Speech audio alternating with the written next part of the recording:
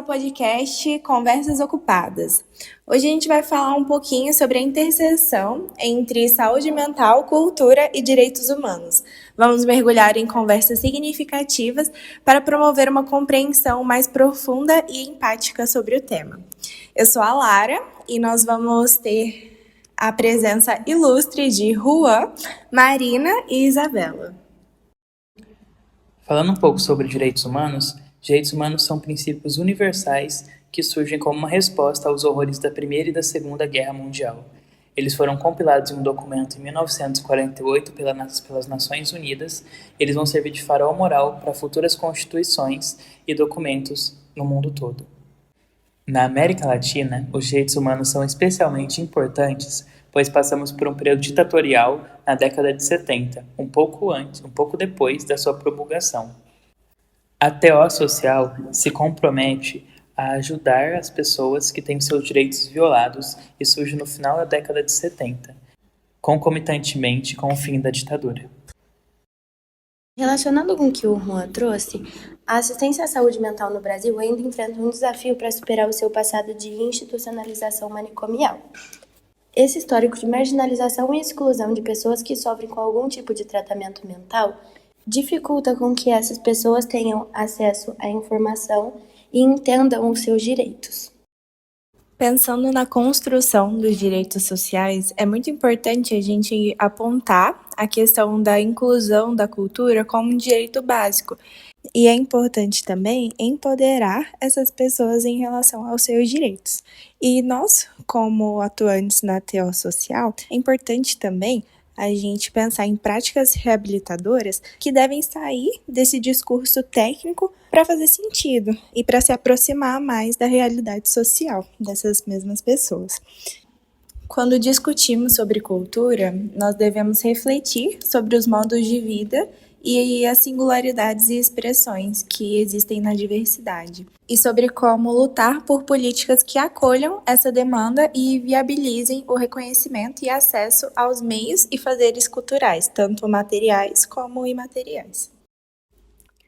E por fim, no que se relaciona à arte, a gente deve questionar como os instrumentos artísticos, junto com os instrumentos culturais, potencializam e facilitam os processos de aprendizagem e de empoderamento acerca dos direitos humanos, já que eles servem como sensibilizadores para os temas propostos e, ao mesmo tempo, eles produzem uma experimentação de direitos humanos em ato.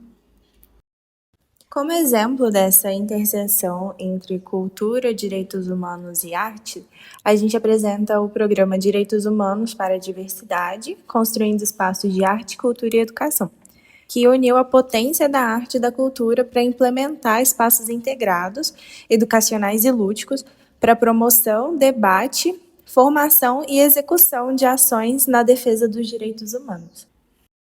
Esse programa ele foi realizado com usuários que frequentavam os serviços públicos CAPES 2, CAPES AD e o Centro de Referência Especializada em Assistência Social da cidade de São Carlos, no interior de São Paulo. O programa ele elaborou ações de arte e cultura em formatos acessíveis, lúdicos e integrados, de acordo com as demandas e características específicas dos grupos. Essas eram oficinas criativas que aconteciam semanalmente com os usuários, familiares e profissionais de cada um dos equipamentos. E teve a duração de 10 semanas, com 3 horas de duração cada encontro. E o mais interessante é que eles tiveram uma boa sacada ao relacionar a arte e a cultura, que são dimensões indissociáveis da condição humana, com a saúde mental. Se não me engano, a metodologia usada por eles foi com Paulo Freire e a relação com o fazer. Eles utilizaram várias técnicas artísticas para estimular o conhecimento dos direitos humanos. Se não me engano, tem o direito à cultura e ao lazer, que eles fizeram composição de expressão corporal, danças circulares e contação de história. Direito à identidade, à memória e à vida, que eles davam fotos dos usuários, cartazes no formato de carteira de identidade, eles preenchiam painéis coletivos e reflexivos. No final, eles fizeram um encerramento muito bonito do que aprendi sobre os direitos humanos, onde eles fizeram uma dinâmica de caça aos direitos, com mural interativo e apresentações musicais e teatrais livres. E o importante é que todos esses procedimentos das oficinas, eles passaram por processos de planejamento, de monitoramento, de avaliação, de sistematização e de compartilhamento. E no final de cada projeto foram feitas avaliações com todos os participantes, desde a equipe, desde os profissionais de serviços, desde os artistas parceiros, por meio de entrevistas, avaliações coletivas, relatórios e diários de campos. E é importante essa análise de avaliações porque elas chegaram à conclusão de que esses espaços de criação dão oportunidade de discussão, de reflexão e de expressão de sentimentos que fazem com que criações artísticas gerem importantes deslocamentos sensíveis e estéticos que reforcem a potência da escolha de utilizar esses recursos. Considerando os relatos que eles trazem no estudo, a gente pode perceber a importância da oficina, para os usuários do CAPS. Por exemplo, tem um relato de quando eles foram fazer a atividade Carta a Presidente, que os usuários começaram a reclamar sobre problemas enfrentados no CAPS. E dessa forma, a equipe conseguiu perceber que eles estavam entendendo o motivo das oficinas e eles estavam reivindicando os seus direitos, coisa que eles não estavam tendo espaço antes para falar.